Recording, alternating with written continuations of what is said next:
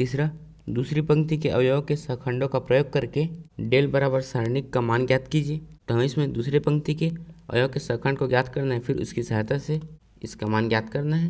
तो यहाँ पर हम लिखेंगे दिया है डेल बराबर सारणिक 5 3 8 2 0 1 1 2 3। तो हम इसमें इसका मान दूसरी पंक्ति के अवयव के सहखंड का प्रयोग करके ज्ञात करना है। तो यहाँ पर दूसरी पंक्ति है ये, तो सबसे पहले हम इस पंक्ति के प्रत्येक अवयव के सहखंड ज्ञात करेंगे, फिर हम उसकी सहायता से इस सारणी का मान ज्ञात करेंगे। तो यहाँ पर ये है A21, ये है A22 और यहाँ पर ये है A23। तो हम लिखेंगे यहाँ A21 बराबर 2, A22 बराबर 0 और A23 बराबर 1। तो यहाँ पर अब हम दूसरी पंक्ति के प्रत्येक अवयव के सहखंड ज्ञात करेंगे। तो पहले हम A21 ज्ञात करेंगे, तो यहाँ पर आ जाएगा ऋण 1 की घात 2 धन 1 गुणा M21। फिर हम इसे जोड़ेंगे, तो यहाँ पर आ जाएगा ऋण 1 की घात 3 और यहाँ पर घात विषम है, इसीलिए इसका मान ऋणात्मक ही रहेगा। तो यहाँ पर आ जाएगा ऋण 1 गुणा, हम इसका मान ज्ञात करेंगे। तो फिर इसका मतलब है कि सेकेंड रो और फर्स्ट कॉलम को छोड़कर इसका इसमें गुणा, ऋण इसका इसमें गुणा होगा।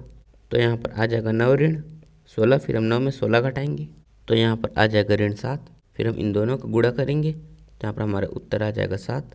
फिर हम A22 ज्ञात करेंगे, तो यहाँ पर आ जाएगा ऋण 1 की घात 2 धन 2 गुणा M22। फिर हम इसे जोड़ेंगे, तो यहाँ पर आ जाएगा 4 और यहाँ पर घात सम है, इसलिए ऋण हट जाएगा। तो यहाँ से बराबर में आ जाएगा 1 गुणा, फिर हम इसका मान ज्ञात करेंगे। तो यहाँ पर सेकेंड रो और सेकेंड कॉलम, फिर इसका इसमें गुणा, ऋण इसका इसमें गुणा होगा। तो यहाँ पर आ जाएगा 15 ऋण 8, फिर हम इसमें इसे घटाएंगे, तो यहाँ पर आ जाएगा 7। फिर हम इनका गुणा करेंगे, तो यहाँ पर हमारा उत्तर आ जाएगा 7। फिर हम A23 ज्ञात करेंगे, तो यहाँ पर आ जाएगा ऋण 1 की घात 2 धन 3 गुणा M23। फिर हम इसे जोड़ेंगे, तो यहाँ पर आ जाएगा 5 और यहाँ पर घात विषम है, इसीलिए इसका मान ऋणात्मक ही रहेगा। तो यहाँ पर आ जाएगा ऋण 1 गुणा, इसका मान ज्ञात करेंगे, तो यहाँ पर सेकेंड रो और थर्ड कॉलम, फिर इसका इसमें गुणा, ऋण इसका इसमें गुणा होगा। तो यहाँ पर आ जाएगा 10 ऋण 3, फिर हम 10 में 3 घटाएंगे, तो यहाँ पर आ जाएगा 7। फिर हम इनका गुणा करेंगे, तो यहाँ पर हमारा उत्तर आ जाएगा ऋण 7। तो यहाँ पर हमने इनके सहखंड ज्ञात कर लिए हैं, तो अब हम इसका मान ज्ञात करेंगे। तो डेल बराबर, तो यहाँ पर इनका मान ज्ञात करने का सूत्र होता है A21 गुणा A21 धन A22 गुणा A22 धन A23 गुणा A23। तो यहाँ से डेल बराबर हम इनमें इनका मान रखेंगे, तो यहाँ पर इसका मान है 2 और यहाँ पर इसका मान है 7। तो यहाँ पर आ जाएगा 2 गुणा 7 धन इसका मान है 0 और इसका मान है 7।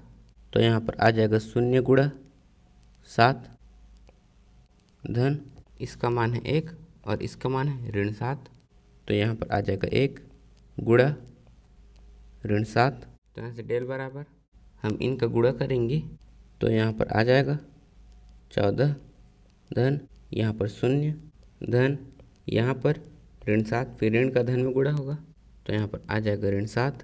तो यहाँ से डेल बराबर हम 14 में 0 जोड़ेंगे, तो यहाँ पर आ जाएगा 14 ऋण 7, फिर हम इसमें इसे घटाएंगे, तो यहाँ पर हमारा उत्तर आ जाएगा 7। तो यहाँ पर इस सारणी का मान आया है 7।